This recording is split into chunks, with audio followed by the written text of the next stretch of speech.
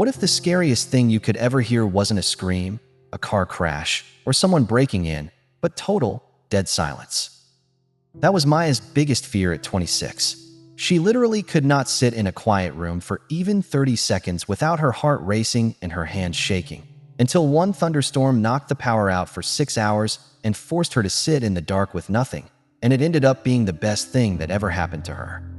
Maya grew up in a house that was never quiet. Mom blasted talk radio in the kitchen. Dad watched sports in the living room with the volume on 45. Her little brother played Fortnite with his friends screaming into headsets, and Maya had her own headphones on pretty much from age 12. Silence felt wrong, empty, dangerous. When she moved out at 19 for college, she brought the noise with her. Dorm room, tiny Bluetooth speaker on 24/7. First apartment, TV on 4 background.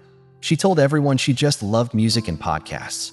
Truth was, the second everything went quiet, her brain turned into a horror movie. The thoughts came fast and mean. You're falling behind. You're going to get fired. Your friends are only nice to your face. You're getting fat. You're ugly when you cry. Remember that time in 10th grade when you tripped in the cafeteria and everyone laughed? Replay it in slow motion. Remember that text you sent 3 years ago that never got answered? They hate you.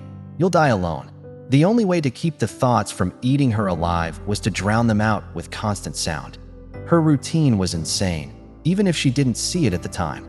Alarm at 6:30 a.m. was a loud Spotify playlist that started the second her eyes opened. She'd roll over, grab her phone, and keep the music going while she peed, showered, waterproof speaker on the shelf, brushed her teeth, phone propped on the sink playing TikTok sounds, got dressed, YouTube video about productivity, ate breakfast, true crime podcast because murder was somehow less scary than her own brain. Bus to work, 2 AirPods in, lo-fi beats, or some girl talking about skincare. At her graphic design job, huge over-ear headphones with a 12-hour focus playlist. Lunch break, sat in the bathroom stall with her phone watching reels because the office was too quiet. Walk home, another podcast. Cook dinner, Netflix show on the tablet propped against the cereal box. Eat dinner, same show. Clean up, music again. Wind down, sleep stories or rain sounds on loop. Even when she slept, something had to be playing. Silence was not an option, ever. She spent real money keeping the noise alive. 3 different Bluetooth speakers, so one was always charged. Waterproof one for the shower. Tiny one that fit in her purse for public bathrooms or waiting rooms. A subscription to every streaming service, so nothing ever buffered. Noise-canceling headphones that cost more than her rent some months. She panicked if her phone battery dropped below 50% because dead phone meant possible silence. Her body was paying for it. Constant low-grade headaches that felt like someone parked a truck on her skull. Ears ringing so loud some nights, she couldn't fall asleep even with rain sounds.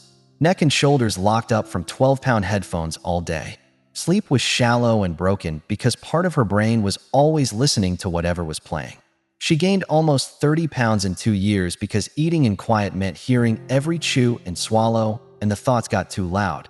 So she ate in front of screens and didn't taste anything. She was tired all the time, but couldn't rest because rest meant quiet. Her relationship with Alex was getting wrecked too. They'd been together 3 years, lived together for 1. He loved quiet mornings with coffee and no talking, just sitting on the balcony watching the street wake up. Maya would put on a podcast for background and ruin it. They'd try to have deep talks, and she'd have 1 AirPod in just in case it gets awkward. They'd go on walks, and she'd keep music in one ear. At night, he wanted to fall asleep spooning with no noise, and she'd whisper, "Can we put on rain sounds?" He started sleeping on the couch some nights because the constant talking from her phone kept him awake. He joked at first, called her the girl who's scared of quiet, then stopped joking because it started real fights. He begged her to try 1 silent dinner, 1 silent walk, 1 silent night. She tried once, lasted 8 minutes, and had a full meltdown crying that she felt like she was disappearing. The night the power went out was a Thursday in the middle of July. A massive thunderstorm rolled through the city, lightning so bright it turned night into day, thunder that shook the windows. Maya was home alone. Alex was at his brother's playing poker.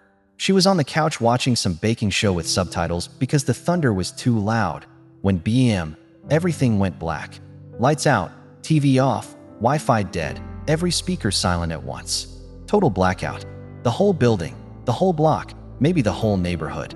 Nothing. Just the storm outside and her own breathing inside. She lost it instantly. Full panic attack. Heart pounding so hard she could hear it in her ears. Hands shaking, vision tunneling, crawling on the floor looking for candles while sobbing because it was too quiet. She found her phone under the couch cushion, 12% battery, no signal, no data, no saved videos, nothing. She tried to play a downloaded episode and it wouldn't load. She sat on the bathroom floor, door shut, knees to chest, rocking back and forth whispering, "Make it stop, make it stop, make it stop," because the silence was physically painful. She was scared she was going to die from the quiet. Then something broke. After maybe 15 straight minutes of pure terror, her body just ran out of panic juice. The adrenaline crashed. She was too tired to keep fighting. She stopped rocking, stopped crying, just sat there in the pitch-black bathroom dripping sweat. And for the first time since she was maybe 10 years old, there was no sound except her own breath. In and out, slow. And slowly, the thoughts came, but they were different. They still showed up. You're a mess. You're broken. Everyone's going to leave you. But without the constant noise drowning them, they didn't feel as powerful. They floated in, hung out for a second, then floated out. Like clouds instead of a hurricane. She noticed her heartbeat slowing down. Her hands stopped shaking. The ringing in her ears got quieter. She just sat there breathing for what felt like hours. The power came back on around 2:17 a.m. The sudden hum of the fridge and the bathroom light flickering on actually scared her more than the dark had. She unplugged every single thing she could reach and went back to the dark living room. Sat on the couch with a candle and just listened to nothing until the sun came up. Fell asleep sitting up, head on the armrest, and slept deeper than she had in years. She woke up on the couch at 9 a.m., neck killing her, candle burned down to a puddle, and felt calm. Actually calm. Not the fake calm from white noise, real calm. She made coffee with no music, ate toast standing at the counter, and heard herself chew and didn't hate it. Took a shower with zero sound and just listened to the water hit the tiles. Got dressed while the apartment stayed quiet. Sat on the balcony and watched people walk dogs and didn't reach for headphones once. That morning on the kitchen floor, still in yesterday's clothes, she grabbed a marker and a big piece of paper and wrote, "Silence is safe." Taped it to the fridge where she'd see it every single day. She started tiny. 10 minutes of silence every morning before touching any device. Phone in another room, just sitting on the couch breathing.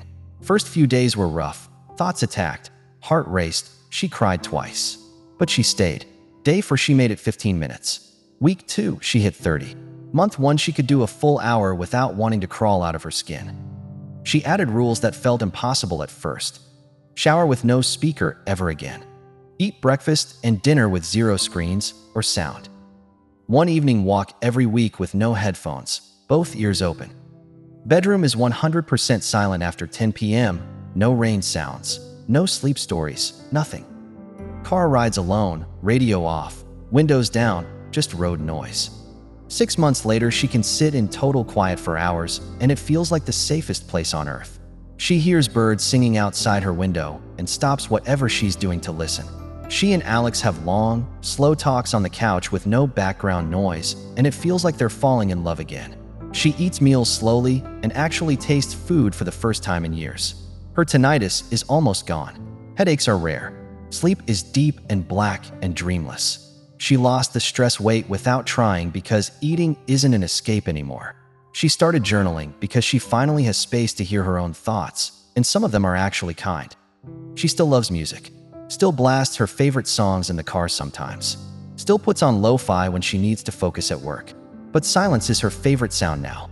She'll turn everything off just to sit and listen to nothing and smile. If the idea of total quiet makes your chest tight just thinking about it, do this tonight. Set a timer for exactly 5 minutes. Put every phone, speaker, TV, everything in another room. Sit on the couch or your bed and do nothing but breathe. When the panic hits, and it will, stay anyway. Tell yourself silence is safe, out loud if you have to. When the timer ends, write down how it felt. Do 6 minutes tomorrow, then 7. Keep going until quiet stops feeling like drowning and starts feeling like the softest blanket you've ever had. Maya still has that candle stub from the blackout night on her desk.